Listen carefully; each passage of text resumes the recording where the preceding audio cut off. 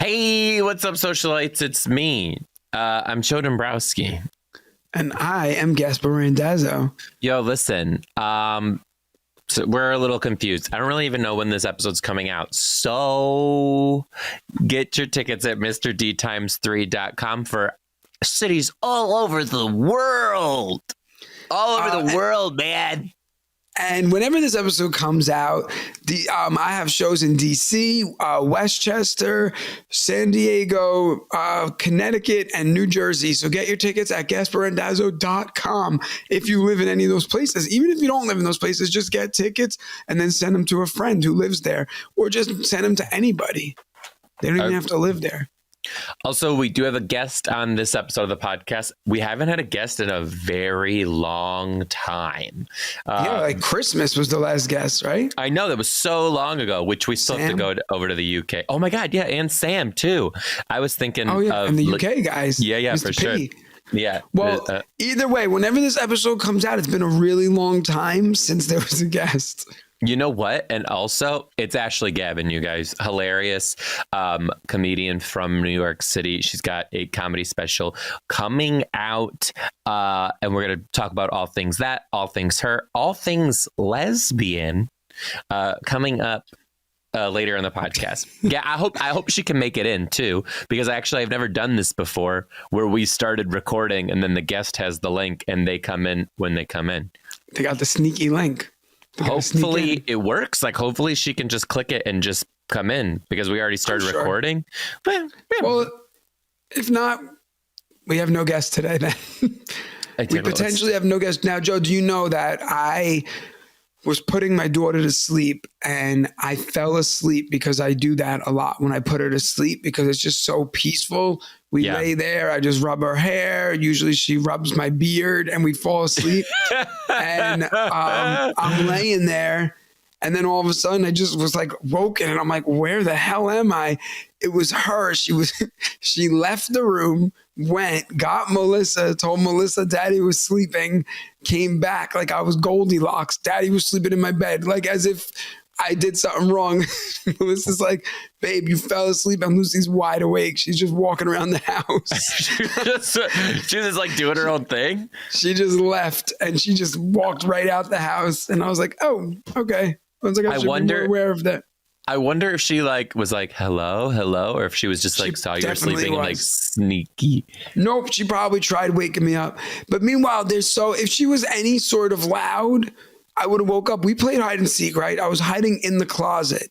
But I was like really good in this spot. They looked for me for about 10 seconds and then hysterically started crying, both of my kids.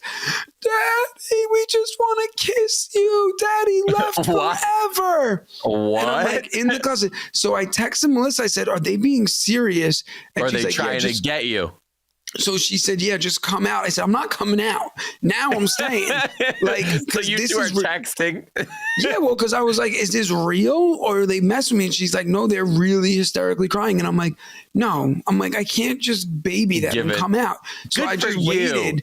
And they cried. So I made noise so that they would find me. And they were like, there's something creepy in the closet. I'm like, oh my God. It's they didn't. Guys. They were screaming. Finally, I opened the door, both of them, tears running down the face. Lucy was like, you left us. Gasp was like, Dad, all I wanted to do was kiss you. I'm like, what just happened? God, Meanwhile, you leave for a month-long project and you come back and they just start talking to you like you never left. But I hide in the closet. Well, we're in the middle of hide and seek. Yeah, and then I was like, the hide and seek's great with little kids because you make them hide, or I hide in a good spot and I take a nap, like a 20-second nap. Right, Till they find me. Because like they're in full search mode, so they're not really going to get in trouble. Right. Like they don't like eat marbles and stuff when they're looking. Here's the thing too, hide and seek. I have a very vivid memory of hide and seek. Did you ever go to a DZ Discovery Zone when you were a kid? No, it wasn't a thing. Do you know what DZ Discovery Zone where I can do anything like on my own? Hut? It's like Pizza Hut.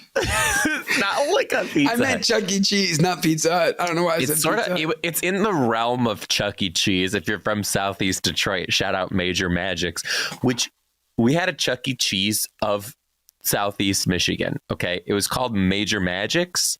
And I didn't know that it was only in my little area of the world. I thought Major Magics were everywhere. Like how Chuck E. Cheese is everywhere.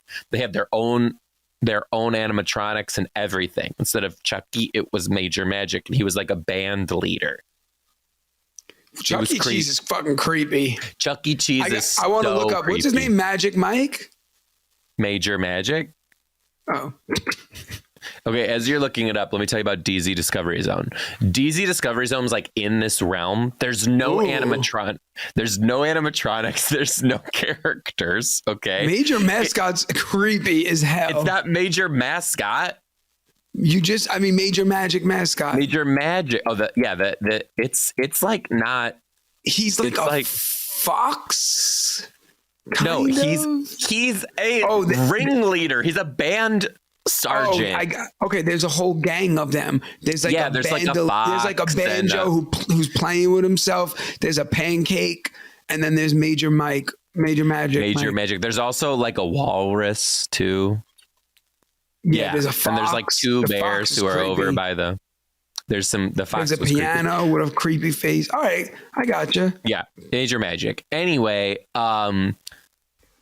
so DZ Discovery Zone is like not like Chuck E. Cheese Major Magic. DZ Discovery Zone is like there's no animatronics, there's no characters, but it's an indoor it's like a very big the ball pit of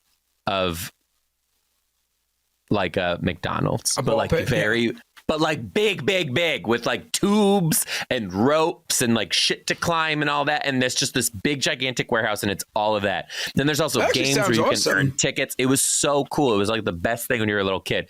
And you got a name tag when you went in, and then you got to put your name tag on this big giant ball of name tags, and it would grow and grow and grow. And every time you'd go back, it'd be like 4 times the size. It was the best. Anyway, so DZ Discovery Zone, they would always play hide and seek, right? They would like organized hide and seek or whatever.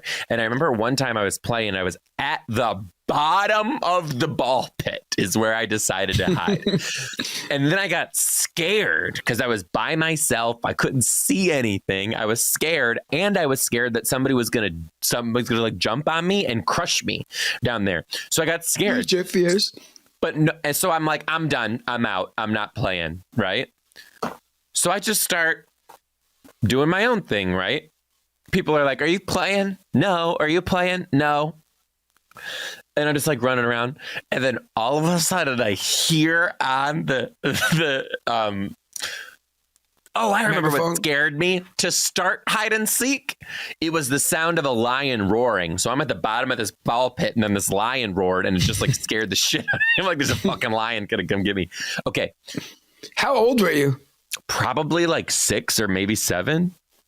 So all of a sudden I'm running around, probably sweating my ass off. It probably smells like feet in this whole thing, right? Probably rancid. And I hear over the loudspeaker, congratulations to our winner of hide and seek, Joey. Joey, please come claim your prize. And I was like, are you fucking kidding me? And I won, dude. I won this like huge ass prize. And never was I like, oh no, I wasn't playing anymore. I was just like, yeah, I literally won by hiding in plain sight. They're like, oh, that guy ain't playing, so no one tagged you. Isn't it so good? Like, nobody found me because I wasn't actually hiding. Did you ever used to play hide and seek in the dark? Like, was that a popular game growing up? Yeah, but we called it Ghost in the Graveyard. So we had a lot of like regionally specific games. I bet. Yeah, it's like Manhunt. Like I told you about Manhunt, and you had no idea. Still don't. It's just like a kill the carrier type of game. Kill the carrier. Whatever. Yeah. I can't remember yours, but hide and seek in the dark. We used to play in my house. We used to have a summer house in Pennsylvania, right? We used to shut all the lights, but it was like not just like a little dark. It was like blackout dark because it was Pennsylvania, middle of the woods, blah, blah, blah. So we used to have this metal pole that was in the middle. And like the fun like game to do was like lead people into thinking you were by there. So they would walk into a metal pole. Oh no. Do people get hurt? Do people get hurt? It was funny though. Guys, I got another story of me. And I remember once we played hide and seek in the dark, but you had to move fast. It was like fast. You weren't allowed to like, you know, like do the tap everywhere. You had to like be like moving, but it was dangerous. What's the tap everywhere? Oh, you weren't allowed to slow and you like touch the wall because like that's the whole game was just move fast. You had like, and you had to like, if you were hiding, like you'd be listening and be like, we heard your feet weren't moving fast enough. Like, you know, you could like, so you basically had to fucking run in the dark. Did you ever play Heads Up 7-Up when you were a little kid? You mean 7-Up? Or like Heads Up 7-Up? I never heard Heads Up, but yeah, is it 7-Up? Where you put your head down on the table, you thumb up your ass or whatever? Up your ass. Up your ass.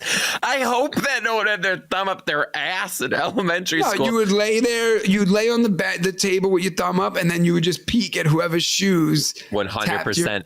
And then you would just be like, I didn't peek. I just knew. I knew it was you. That's yeah, but I don't know. We called it Heads Up 7-Up. Well, I went to Catholic school, so everybody had the same shoes on. So I went to Catholic school too, and I found the nuances in people's shoes. Like I found who had loafers but no penny in it.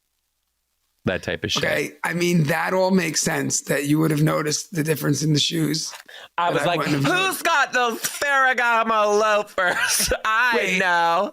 I have a question, a serious question. A penny and a loafer, is that two different, like, what is I've heard of penny loafers. Is there something to do with is that a real thing? Like in your loafers, you could, at least we did this when we were little. There's like a little fucking like weird, oddly vaginal flap at the top of the shoe, like where the tongue would be. And then it was a little slit like this. And you could fit a penny in between that slit. So if it was open just a little bit, it would look like that's copper. Why they called it a penny loafer? You would see like Lincoln's head. I don't know if that's actually why, but we were definitely shoving pennies in our loafers for sure. I never knew that. I don't even know is a loafer just a dress shoe? I think so. Let me look it up. A loafer. Yeah, loafers are just dress shoes or like dressy looking shoes. Yep, I was 100% right. Because for a second, Gaspar, you made me think that I was just imagining some little kid bullshit that never actually happened. Back in the 1930s, the payphone in the phone booth cost 2 cents. The new penny loafer design allowed just enough space for a penny in each shoe, equaling the cost of an emergency phone call. Thus, the penny and the loafer were united. The penny loafer had its heyday in the late 50s, early 60s. Huh. Yeah, we were shoving pennies in our loafers 100%. And a loafer is a type of shoe that can easily slip on and off the foot without laces to be worried about. Yeah. So I guess a loafer is just like the British invented it. Right. It's a casual shoe for King George to loaf around in. I want a pair of penny loafers now, honestly. But I got to look up what a penny. Just type in penny loafer and then. No, I'm saying like a penny. I have a pair of these. Yeah, of course. Not many, but. Okay, so listen to this. I got another story. You get it on Amazon. Do you remember that scene? Okay, I'm walking with my dad where this is crazy. We're in a grocery store that's by where I grow up. And ironically, it's called Randazzo's. Oh, I've heard of that. They have them out here too. They Not do? in Staten Island, but. It's like an Italian market. Yeah, it's probably good. Probably the best market you could ever go to. So Randazzo in our area of Michigan is like very good. There's one in Jersey not far from me. I heard it's great. So I'm at Randazzo with my dad, and we're in the frozen food section, and I open up and I saw that the metal shelves had a little bit of frost over it. And it reminded me of that scene in Dumb and Dumber where he sticks his tongue to the metal and is like stuck there, right? On the chairlift. Yeah, on the chairlift. So I did it in the store to the shelf and my tongue got stuck. And I was like, Dad. And he was, and I'm always fucking around as a little kid. So he's like, whatever. No, come on, let's go. Totally walks away from me. I'm screaming for him. He's like, let's go. Let's go. I am straight up stuck in the shelf. And finally, I just was like, he's going to leave me here. I felt like an idiot. I went and ripped my tongue off, ripped the skin off the top of my tongue because I was stuck to a frozen shelf, a frozen food shelf. How are you supposed to get you? Is it you're supposed to put water, right? And I guess it melts hot water. Yeah.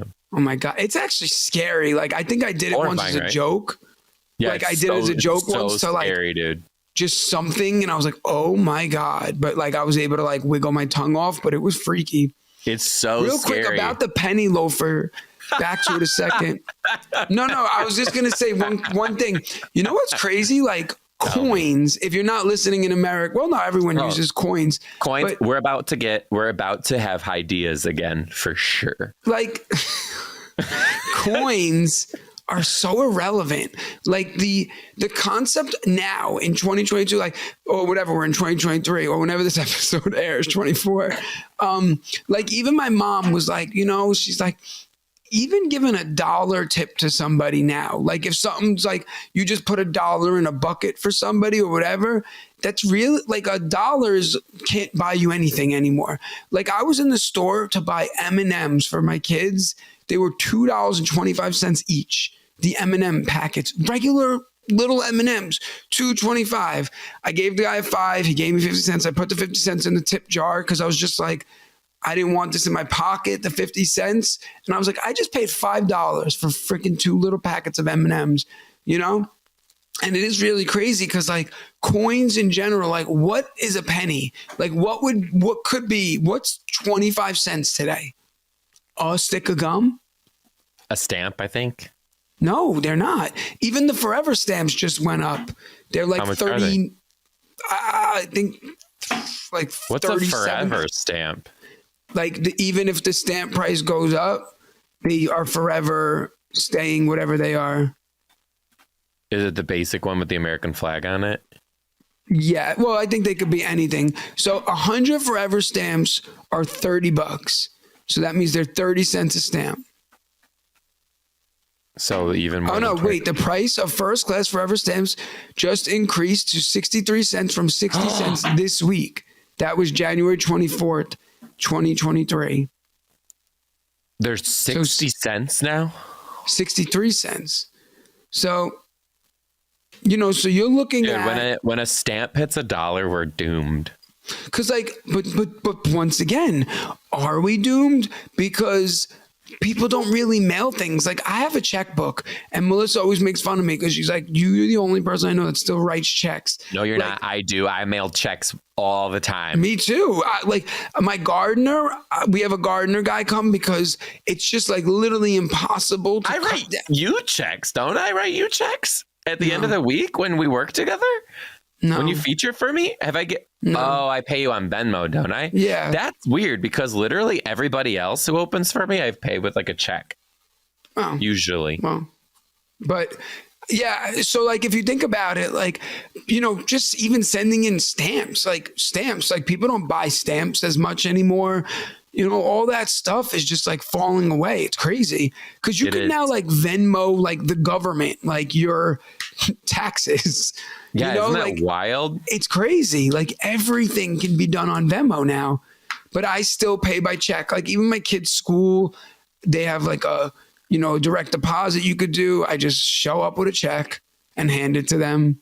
I'm probably the only one. It's absolutely wild. I was just going to say, so like just coins in general are just slowly becoming irrelevant. Like there's nothing you could buy for under $1. Do you remember when Bazooka Joes? Remember Bazooka Joes? Those little hard pink things? No. They're not $1, but they're like 25 cents, 50 cents for one of them.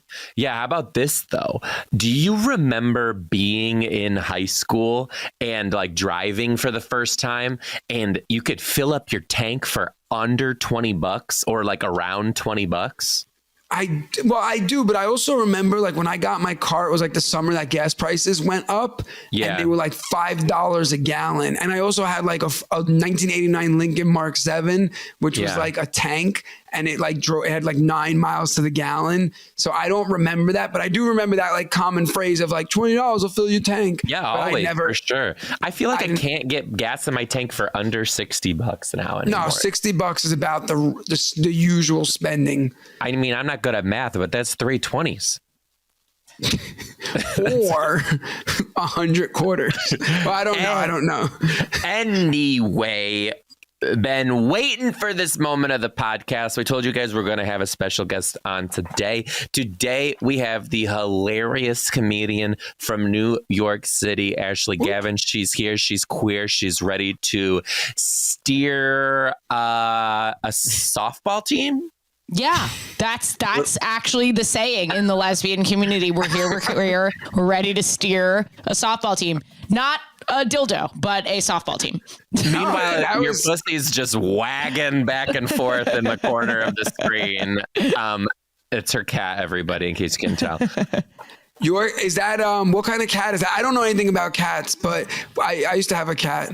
I just got it. I think anyone who gets a cat for the breed of the cat, I don't know if I'm going to be pals with that person. That is a cat that I got at a rescue place. It's a cat. He's black. If that is an all black cat, he's really cute. Okay, people care about cat breeds, right? Is that a thing? Some people do. Some people have like, what do you call them? I think they're called Persians. There are breeds of cats. It's just not the same as with dogs. It has dog, yeah. Yeah, it's a whole other thing, I think. My neighbor across the street, they have a Siamese cat, but she's like allowed to be outside. So she'll jump out her windows and like be in our backyard all the time, but she never comes home. So my neighbor sits like as soon as it's dusk, she just bangs a little dish and goes, Rosie, waits for her to come back. My future right there. I hope that happens to me. I used to have a cat that lived right outside my house, and every morning I would have to bang on the side of my car because he would always go up into my car, to stay warm. And then I would bang on the side of my car, and then he would jump out and run away. I'm glad you figured it out before you cooked him. I've heard that story before. Yeah, and didn't end well. That's a very New York story there. Now, speaking of New York, you guys are, actually, I think you are too. You're New York born and raised, right? Yeah, born and raised, yeah. Where were you from? I'm from Yorkville, like between Harlem and the Upper East Side. No. For, like the neighborhood. No one ever knows the name of the neighborhood. It's between the Upper East Side and East Harlem. Oh, and you were from there your whole life? Yeah. Oh, I'm Brooklyn, and then I moved out to Staten Island. Yeah. I went the other way. You went to Staten Island? Yes, people enjoy Staten Island, okay? No, they don't. Yes. It's the borough of Parks. No.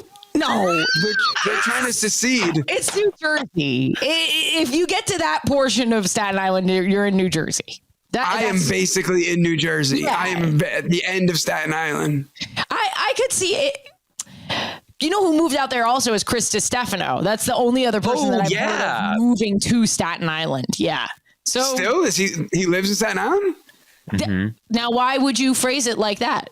If you think that Staten Island is such a great island, the island of Parks, why would you say it's great? Chris DiStefano is still in Staten Island? What is he wasting his life here for? This fuckery. No. I meant it like I didn't know he was still a New Yorker. I should have asked about the vibe of the pod before I came in and started viciously roasting your hometown. No, listen, my hometown's Brooklyn. I just live in Staten Island now because it's affordable. Yes. And I love it. I personally love it. The pizza's good. The bagel's good. The parking's good. The prices. Some people want a good school system. Some people, I have that too. They want access to public transit. But if you want a good bagel, you go to Staten Island. We actually don't have we only have one train in the whole borough. I didn't know you even had a train. I thought Staten Island. This is a Staten Island podcast now. It is. Soon we're gonna have the whole cast see you guys of Jersey later. Shore. Have a great time. Actually, Joe came to Staten Island and I showed him around. He loved it. He got a haircut. I got my haircut. I was ready for a little GTL. It was good. It was good. He did. He loved it. So fucking funny. I don't think another gay man has ever been there. I was the only one on the whole island. Literally, I was like looking. My grinder was set to 10,000, and there was still nobody. It was crazy. Gasser is the ally of allies. I teach him about gay culture pretty much on the daily. I have a jock strap at home. Yeah, I taught him about jockstrap culture. Yeah. Good. I don't know. I didn't know what that meant. I thought I was playing football, but apparently. Wait. Let me tell her. I literally blew his mind. He did not. He's like, wait, people wear jockstraps like out? I'm like, stop it. He's like, like to the bars, to the club. I'm like, Gaspar, and that's it. Like nothing else. Yes, it's just the jockstrap. I'm surprised you didn't know that. I mean, I'm not like super.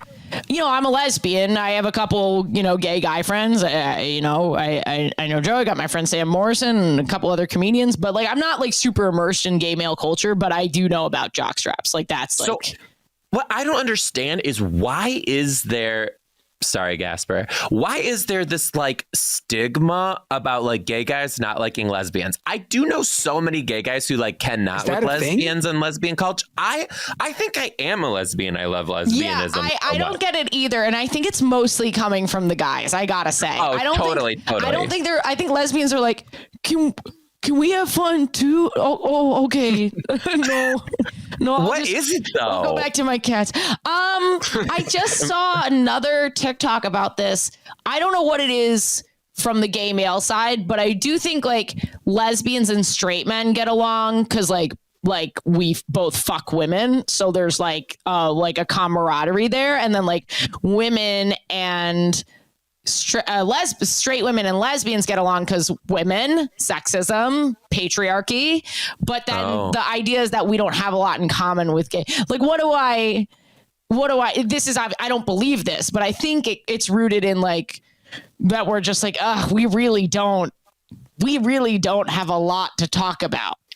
I think. But what about just people being people? I agree with you. I agree with that. You know what I'm saying? It might be rooted. This is like too real an answer, but it might be rooted in the stuff that went on during the AIDS crisis, is my understanding. Oh, that could be a real answer. Yeah. Because I think there was like, gosh, I'm so not prepared to do this, but here got real deep. I'm just gonna He's actually an expert, everyone, in gay AIDS crisis studies. So please enlighten us. Yes, here is the definitive answer. It's not up for debate, and I am correct. But my understanding is that there were some lesbians that did try to distance themselves from the gay community during the AIDS crisis because there was so much. Get it. To not just to not get it, but there was just so much homophobia happening, like really bad homophobia, and like some lesbians didn't want anything to do with it. On the other hand, there were lesbians that were literally working as doctors and nurses in particular to like help with the AIDS crisis because they were good people. I think that might be some of it. I think also probably, like maybe some. I don't know. It would really suck if I were a gay man during the AIDS crisis. All of my friends are dying and all these lesbians are like, tee none of my, like, it just like really, that just really sucks, I don't know. So it's like culturally trickled. Yes. I think then it trickled down into something that wasn't really grounded in anything but homophobia, which had nothing to really do with us at the time. I know. I say I can't relate because I too, like Gaspar will tell you, more often than not, you're going to see me in a baseball cap. I do you are really very lesbian. I'm such a for sure. Like I love me a rescue pit bull, not to own, just to pet. And I am. Is that a criteria of being a lesbian? I love seafood. I mean, it's just it's so true. You're from Seattle. No, bitch, don't get it twisted. No, sorry, you're from the Midwest. You're from Michigan. Yeah. But you live in Seattle, and I do live here. That is very lesbian. That is Literally moved here to change my legal name to Melissa Etheridge. I do love living here, but the people, no. Yeah, I've heard. And Ashley, he took me to a lesbian bar in Buffalo. Sure did. And we had a great time. Sure did. We had a blast. It was great. We had a great time. Nobody was interested in me. What was it called? Have you played Helium Buffalo? Yeah, I was just there. So, guess what is the name of that place? It's right behind Helium. It wasn't a lesbian bar. It was a bar that had lesbian night. And we just happened to, it was Pride Week, and we just went into this bar next to the club, and it was all lesbians. And then there was nowhere to use the bathroom. Tell us the story. Yeah. So I was like, oh, there's nowhere to use the bathroom. So I was like, there was a huge line for the men's room, but I was the only guy in the whole place aside from Joe. And I'm like, shit. So I go in, and everyone's just like, just pee. No one wants to see what you got. And I was like, oh, all right. So I was just peeing. They were just leaning up against me. People were talking to me. They're like, we ain't interested. They said, no, you weren't doing anything but trying to urinate. And they were like, we don't fucking want it. Piss and get out of here. That's so fucked up. That's like reverse catcalling you. They're like still objectifying you and sexualizing you, but they're like, you're a piece of shit. See that little weenie you got? Get it out of here. We don't want it. Well, because I was like, they were all like lined up around the urinal, and I was like, oh, excuse me. And they were like, just go. We don't care. And I'm like, it's not about caring. I'm just trying to not be rude and like pee on someone next to me. And they were just like, we don't care. Are you stand up as well? Sorry. I'm sorry. Yeah. So I was just waiting around. That was really it. And then I came back. I'm like, Joe, I don't think we didn't know it was a lesbian bar at first. Well, I didn't know. And then someone had on a harness, and I was like, what the hell? I thought we were watching horse racing. It was very confusing for me. That's what we call it. Horse racing. Ashley, before we get into the emails, because we want to read some of our fan emails with you, your special is out, I believe, for consumption. Yes. My comedy special is on YouTube. If you guys think these guys are funny, you'll probably think I'm funny. And also, we have not had Gaspar on my podcast, but Joe has also done my podcast. So we're having gay sex. So go check it out. But please, for the love of God, watch the YouTube special. I'm losing I'm freaking out. I'm having a meltdown. So if you like it, please share it with somebody that you. So you filmed it with Don't Tell, right? Yeah, same as everything went yours. Yes. Everything went smoothly. You enjoyed the experience? Everything. I mean, smoothly is hard to say because with any production company, or not even production company, with any production period, you're going to it's going to be hard work, but it is so gorgeous. It is exactly what I wanted it to be. And now I want it to be viral. So please go also make it that. Go watch it, everyone. You can check it out on YouTube. If you literally just type in Ashley Gavin, you will find it. All right. We got some emails from the fans. We do this every single week. Sometimes they're about teaching. Gaspar and I were both teachers for a very long time, and sometimes they're not. Let's see what we got this week. I also did some teaching, just by the way. Shut the fuck up. What? Where? Like when? You guys are going to roast me, but do you know Girls Who Code? Okay, Coding, first of all, if we asked if you were a teacher and you said yes, and then you said I did Girls Who Code. I'm trying to do this as quickly as possible. Okay. Wait, is Girls Who Code a program? I was teaching computer science at schools just because they didn't have computer science programs. So I was going in and teaching computer science and developing their programs. And there were only 20 kids in the whole thing. So I wasn't there in and out every day, 8 hours a day with the same kids the way that you guys are. That's why I'm saying don't roast me. I understand that portion, but I get it. Teaching's teaching. Yeah. But then I also wrote the entire curriculum for Girls Who Code. And shut up. You wrote the curriculum for Girls Who Code? This was back in 2012. So it's probably changed by now, but yes, I wrote that curriculum and I taught their first immersive summer program. So that was my most intense teaching experience, with the kids 5 days a week, 8 hours a day, just computer science all day long. That's actually really fucking cool. I had no idea. Can you code? What do you fucking think? No, I can't write a line of fucking code. Yes, I used to be a software engineer. That's what my job was. That's awesome. Yeah. That's cool. That's so cool. I had girls who were in Girls Who Code almost every summer. So that was That's awesome. And you did it in New York City? Or? Yeah, in New York. Yeah. Wow. I didn't even know they had it here. I never heard of it. Who's the founder again? What's her name? Her name's Reshma Saujani. Yes. I was supposed to do her podcast. It never worked out for whatever reason, but I was so excited to do it because I was like, yeah, dude, like my girls are in your shit. Yeah. Literally all the time. It was huge in Seattle. Yeah, this was mainly when I taught in Detroit and Chicago too. Oh, right. They had one there for summer as well. Yes. Yeah, it was cool. Okay, well, we're obviously going to have you on again to talk more in depth about that. I'm sure our fans will find that very intriguing. But this email that we got is called Incoming Squirrel Arm. I haven't read it yet. Can't tell you. Hey, Joe and Gaspare, I love the podcast. The combination of you two on this podcast is absolutely top notch. Thanks for making it fun always. I'm a middle school teacher, which people tell me I'm crazy for. I never thought that it was crazy until the other day. In the middle school class that I'm teaching, 2 boys in my class start arguing, and the back of the room is absolutely buzzing. One girl yells, "Oh my God, what is that?" That's when you know shit's gonna go wrong. By the way, like telltale sign. I go back to investigate. One of the boys said to the other boy to put something in a separate boy's backpack during recess, and that they took what they were going to take out, they were throwing across the room at each other. I look, and there it was on the floor. It was a dead fucking squirrel's arm. There was a dead squirrel's arm in my classroom that these boys were throwing back and forth at each other. As a former and current teacher, I'm sure you can both agree that we absolutely cannot make this shit up. Love listening every single week. God bless. Wow. Wait a second. Be sure it was a squirrel and not like a chipmunk or a rabbit.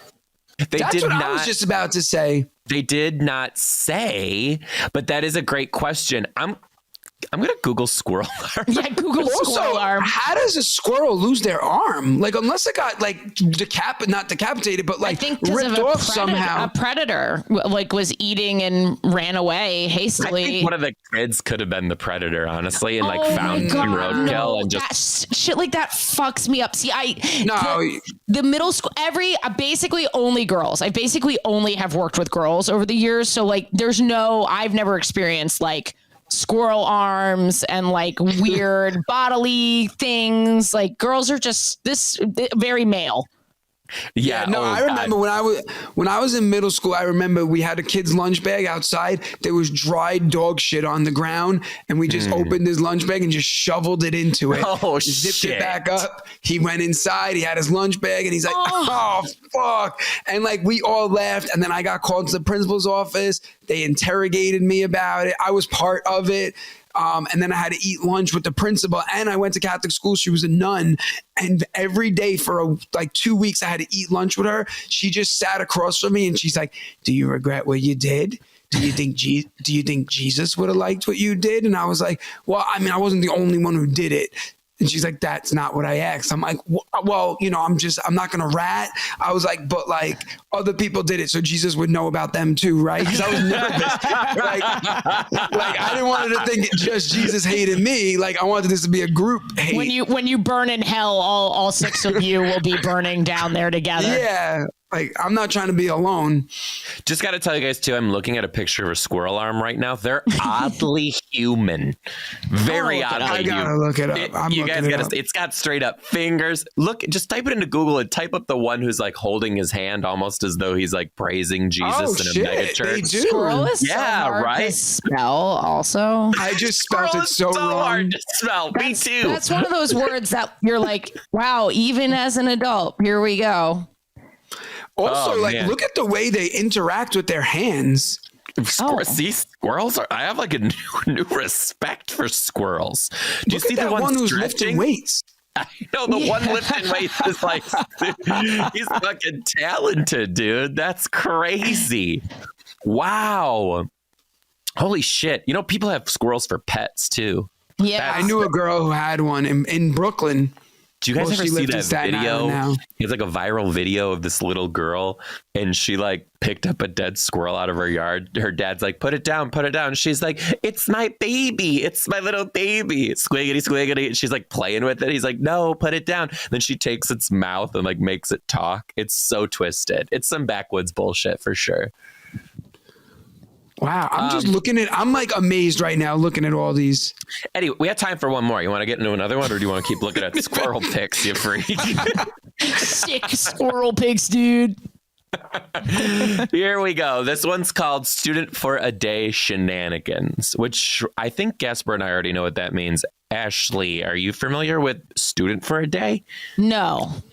So sometimes in I'm some not either. schools, really? You never had it in your school where it was like, oh, this would never work in high school. I get it.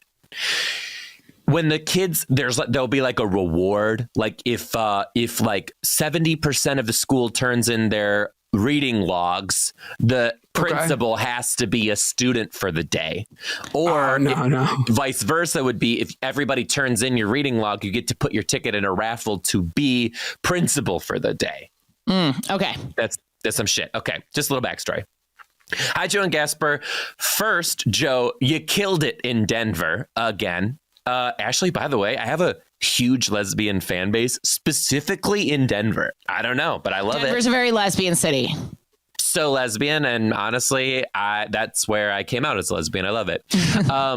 It was my third time seeing you and the first time that I brought my husband. I didn't know if he could handle the rowdy crowd, but he absolutely did. He was convinced that you would point him out and was so grateful for the super drunk lady next to us who raised her hand and asked you if she could go to the bathroom and then got tangled in the curtains on stage. And yes, I did get this all on tape. And yes, it's a clip that I will be posting soon. The Shush fan was perfect. You seriously made our nights. I can't believe you do this every day and you can't make this shit up. Anywho, I'm a high school special education teacher. Our new administration recently started a challenge to get all the teachers to be a student for the day, complete with random schedules, backpacks, supplies, and snacks, and all of it. I was so excited to partake until my schedule, and then immediately I realized that I'm not smart enough to be a high schooler. Of course, my schedule had AP Spanish, AP Statistics, AP Government, and then band. Also, by the way, no hablo español, but I didn't realize that it didn't stop there because the teacher was including me in the job interviews that were all completely facilitated in Spanish. I got stopped in the middle of the hall because I didn't have a bathroom pass and was escorted back to class like a goddamn criminal. I also did not pass the statistics quiz that I was given, and the band teacher just handed me a triangle and said, you could just pretend like you can play. I guess no one ever said that I had to be a good student. I swear I was at the top of my class when I was in high school, but that was a very, very long time ago.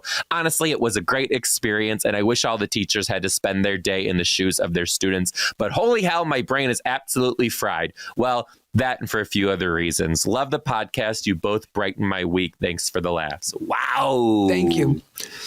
That's actually really cool. Like the whole concept of it is actually amazing because you could actually see what people do in their classrooms and what the students are going through, not to get all like teachery, but it actually is kind of cool. Yeah, I guess observing other.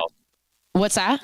I 10 out of 10 would have failed high school. Like today's high school. Oh, yeah. Wouldn't make it. I was thinking about that earlier. We were so, I mean, the whole thing just makes no sense to me. I mean, you're there all day, working all day, and then homework. Like that's no adult would ever consent to such a, that's why I don't give homework. Can we talk about this too? The kids are just like gay now. It's just like no big deal. Yeah. It's like I was the only one out of class of 900, and now they're all coming out in our mid 30s. But now they're just like, oh yeah, like these. I don't know if it's just Seattle and New York, if it's all over the country. It is. I think it's definitely in New York. It's a lot of places. It's not so much like some of the places where it's a little more difficult, but like in liberal cities, it's extremely common. Even elementary students are on the upper end, like 5th grade or whatever. But middle school students. I mean, everybody. It's amazing, but it's also like Okay, all right, you little bitch. You got it. Yeah, well, who's gonna make you scared? What is a gay person without trauma? I don't even fucking know. Well, we're about to find out in 10 years because this is crazy. Yeah, it's nuts. It's nuts. There's not enough room at Pride for all of us. So you all go to the youth section and play bingo, and we'll be in the beer garden. So calm down. I would love to go to Pride with you sometime.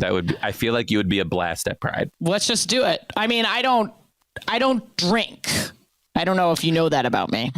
I have very much limited my drinking. So